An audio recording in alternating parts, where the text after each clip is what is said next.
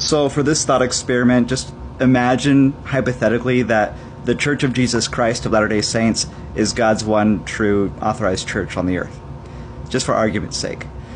If the prophets and apostles of our church are killed, then our church would cease to exist, because the foundation of our church is the prophets and apostles. So what happens to a building when you remove its foundation? Okay, now what does this mean for the believers in the church? Does that mean they are apostates? No, they're still believers.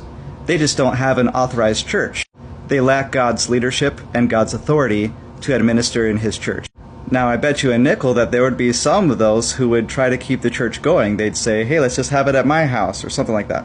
Well, that's what happened with Christianity in the first couple of centuries. They just kept it going without God's leadership and without God's authority. They were still believers. They just lacked that permission from God to perform saving ordinances. Now, you may remember that in the New Testament, it has a lot of epistles from apostles writing to the bishops of the church saying, hey, I see you guys doing some things wrong. That's not the correct way to do it, or that's not the correct belief. Here's the best way to do it. So they kind of served as the bumpers in a bowling alley to try to keep the bowling ball in line.